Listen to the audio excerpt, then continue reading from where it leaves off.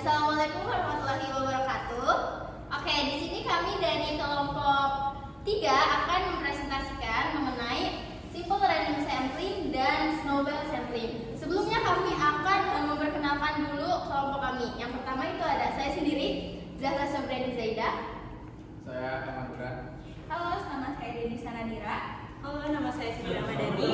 Halo, saya Karisa Permata Maburi. Saya Dava Amri. Oke teman-teman, seperti yang sudah dijelaskan tadi bahwasanya kita akan menjelaskan mengenai teknik simple random sampling dan snowball sampling. Nah, kedua teknik ini adalah teknik sampling, yaitu non-probability sampling dan probability sampling. Sebelum kita jelasin ke sini dulu nih, teman-teman harus tahu dulu apa sih probability sampling dan non-probability sampling. Yang pertama, probability sampling itu adalah salah satu teknik sampling yang semua orang itu mempunyai kesempatan yang sama dan juga hasilnya pasti representatif, bisa mewakili semua populasi gitu. Kemudian dalam probability sampling ini juga dilakukannya secara acak, teman-teman. Kemudian yang kedua ada non probability sampling. Kalau non probability sampling itu tidak merepresentasikan populasi karena biasanya dilakukan dalam metode-metode atau kasus-kasus yang khusus. Nah, teknik non probability sampling ini biasanya cocok untuk deep interview seperti itu, teman-teman. Biasanya juga non probability sampling ini bisa mengungkap suatu kasus gitu, contohnya kasus LGBT dan lain sebagainya. Oke, yang mau kita jelasin kali ini adalah salah satu dari kedua teknik itu. Non probability sampling itu kita akan menjelaskan snowball sampling, ini termasuknya ke non probability sampling. Nah, untuk probability samplingnya kita mengambil yang simple random sampling, seperti itu teman-teman. Baik teman-teman, sekarang kita akan membahas tentang simple random sampling, yang dimana dia termasuk ke dalam probability. Sebelum itu, kita akan membahas konsep dasarnya dahulu, yaitu konsep dasar dalam simple random sampling memiliki populasi, yang dimana populasi itu adalah keseluruhan atau individu yang akan diteliti. Selanjutnya ada sampel, bagian yang populasi yang akan mewakili dari populasi itu. Simple random sampling ini memiliki kesempatan yang sama untuk dipilih atau untuk diteliti dalam sebuah populasi. Pemilihannya akan dipilih secara acak yang dilakukan agar hasilnya tidak bias. Jadi teman-teman, kesimpulannya, setiap anggota dalam populasi memiliki kesempatan yang sama untuk dipilih menjadi sampel.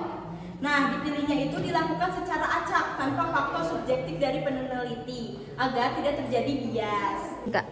Oke, sekarang kita lanjut ke contoh kasusnya, teman-teman. Di sini kelompok kita mengambil contoh kasusnya nyatanya, yaitu penelitian tentang mahasiswa pengguna shuttle bus Untirta. Nah, kenapa kasus ini cocok untuk menggunakan teknik simple random sampling? Karena pengguna shuttle bus itu sudah pasti terdaftar ya, teman-teman. Mungkin anak-anak Untirta di sini udah tahu bahwa shuttle bus itu berangkatnya jam 6:30 misalnya. Ketika kita akan melakukan penelitian ini, tentu kita harus sudah stay nih di sana dari jam segitu gitu untuk mendata dulu nama-nama si pengguna shuttle busnya. Baru setelah itu kita acak.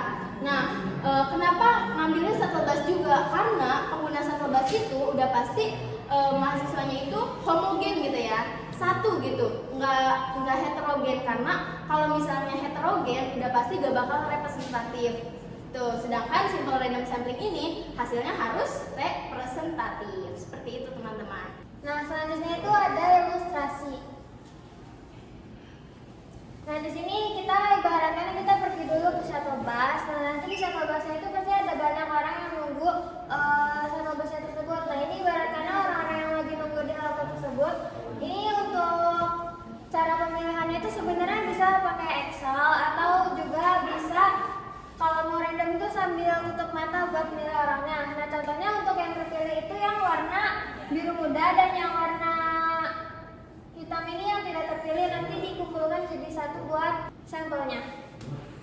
Selanjutnya ada kelebihan. Yang pertama itu peluangnya sama, jadi semua orang itu mempunyai peluang yang sama untuk jadi sampel terpilih. Yang kedua itu sederhana dan mudah, jadi kalian itu cukup kayak mungkin pakai ini atau enggak pakai Excel aja. Yang ketiga representatif, jadi hasilnya lebih mendekati populasi, karakteristik populasi. Yang keempat itu fleksibel, jadi metode ini tuh cocok buat populasi kecil sampai sedang. Selanjutnya ada kekurangannya. Yang pertama itu metode ini butuh data yang lengkap dari semua populasi. Lalu metode ini juga tidak cocok untuk populasi yang besar karena kurang efisien, tidak cocok untuk populasi yang heterogen. Lalu untuk metode ini juga butuh waktu yang banyak dan tenaga juga. Jadi bisa memakan sumber daya yang banyak. Oke teman-teman, sekarang kita masuk ke dalam snowball sampling, di mana dia termasuk ke dalam teknik non-probability. Nah sebelum itu kita akan membahas konsep dasarnya dahulu. Tentu yang pertama harus ada populasinya. Namun karena populasi ini sulit dicari, makanya kita akan memakai si snowball sampling ini. Nah, pertama kita tuh harus mempunyai informan kunci satu orang ini. Nanti dari satu orang ini kita akan mempunyai sampel lainnya lagi, maka akan terjadi rantai rekomendasi, yaitu responden merekomendasikan orang lain. Setelah itu akan terbentuklah efek bola salju. Seperti bola salju yang menggelinding makin besar, jumlah sampel akan makin banyak dan akan semakin besar juga. Nah, selanjutnya kita akan membahas mengenai studi kasusnya nih teman-teman. Di sini kita mengambil studi kasusnya adalah mahasiswa freelance di kampus Untirta Pakupatan atau di kampus Untirta gitu ya generalnya. Kenapa kita ngambil apa sih penelitiannya tentang mahasiswa freelance untuk menggunakan metode snowball sampling? Karena yang pertama, mahasiswa freelance ini biasanya sulit untuk ditemukan karena para mahasiswa itu biasanya menutup-nutupi kalau dia itu freelance gitu, kerja sampingan. Khawatirnya takut dikira, oh kamu kuliahnya tuh nggak fokus ya karena sambil kerja gitu. Makanya biasanya untuk nyari responden mahasiswa freelance ini susah. Jadi cocok untuk menggunakan metode snowball sampling. Oke, kita lanjut ke langkah penerapan. Tadi kan dikasih tahu ya, contoh kasus yang kita pakai adalah mahasiswa freelance. Nah, lanjut kita melakukan penerapan langkah-langkahnya. Nah, penerapan langkah-langkah di snowball sampling ini gimana? Kalau misalkan contoh kasusnya adalah mahasiswa freelance yang sedang berkuliah. Nah, yang pertama adalah tentukan populasi. Setiap kita melakukan survei, kita harus mengetahui populasinya dong. Kalau kita nggak tahu populasi, gimana kita melakukan survei tersebut? Nah, dalam menentukan populasi ini, siapa yang ada di dalam populasi ini? Yaitu mahasiswa aktif yang sedang menjalani pekerjaan freelance, baik itu secara online maupun offline. Jelas di berbagai bidang, dari satu bidang, karena kita masih dalam tahap menentukan populasi. Kemudian lanjut ke langkah yang kedua, yaitu tentukan sampel awal. Nah, ini harus apa kita di sampel awal ini, yaitu mengambil satu atau dua orang mahasiswa yang diketahui menjadi freelance. Setelah kita menentukan populasinya siapa, kita lanjut ke sampel awal, yaitu kita pick nih orang-orang yang sekiranya kita tahu kalau dia ini lagi menjalani freelance, agar kita mengambil informasi dari mereka. Kemudian lanjut yang langkah selanjutnya, yaitu setelah mendapatkan sampel awal, kita udah dapat dong sampelnya. Nah, sampelnya ini siapa? Yaitu mahasiswa hasil rekomendasi dijadikan responden untuk pengumpulan data. Nah, setelah kita menemukan responden, kita menggali informasi dari responden tersebut yang nantinya akan dikumpulkan sebagai akumulatif dari data-data mahasiswa freelance.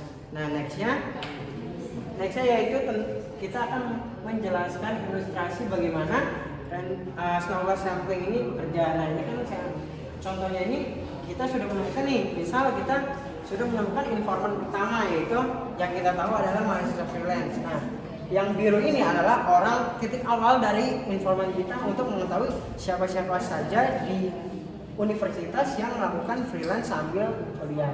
Nah, setelah kita tahu, kita tanya ke orang pertamanya, kira-kira dia ini tahu nggak orang-orang yang sekiranya freelance juga sama seperti dia. Nah, setelah dia ditanya dan ternyata dia tahu, kemudian dia ngasih tahu siapa-siapa orangnya. Nah, kalau di sini kan jadi bercabang ya.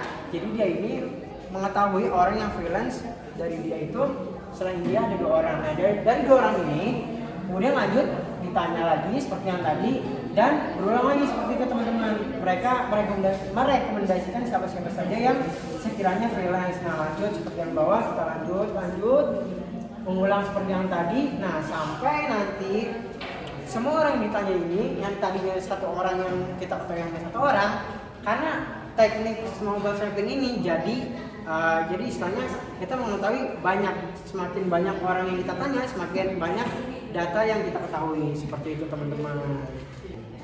Oke, selanjutnya aku bakal ngejelasin tentang kelebihan dan kekurangan dari teknik snowball sampling.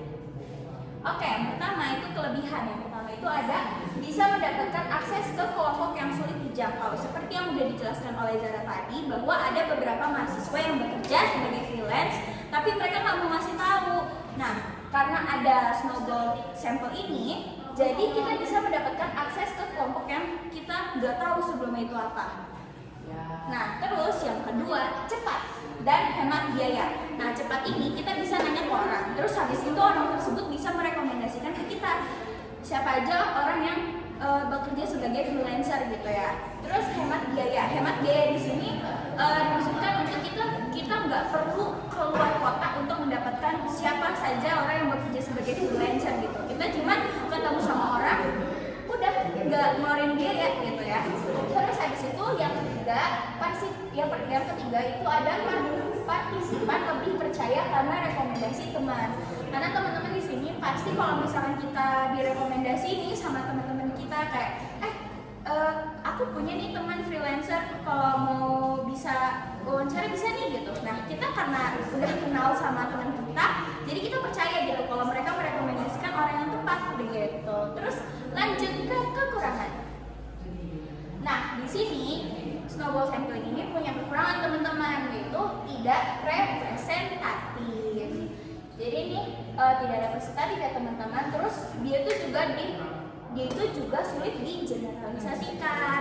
Terus yang kedua, resiko bias karena jaringan pertemanan. Karena jaringan pertemanan itu aja dari aku ke teman aku, terus temannya dia ke temannya lagi gitu. Jadi nggak luas gitu jaringan pertemanannya. Terus yang ketiga, ukuran dan keberagaman sampel sulit dikontrol gitu. Jadi kita di sini kekurangannya itu ukurannya tuh nggak acak gitu. Maksudnya kayak harusnya seberapa kita juga nggak tahu gitu. Dapat sampelnya tuh tergantung sama orang yang merekomendasikan gitu. Oke, jadi kesimpulannya adalah beberapa teknik tadi bisa kita gunakan dalam pengambilan data kita. Mungkin cukup sekian ya teman-teman dari kita. Semoga apa yang kita sampaikan bisa dipahami oleh teman-teman dan bisa digunakan juga gitu, realisasikan di kehidupan sehari-hari ketika pengambilan data. Seperti itu, sekian dan terima kasih.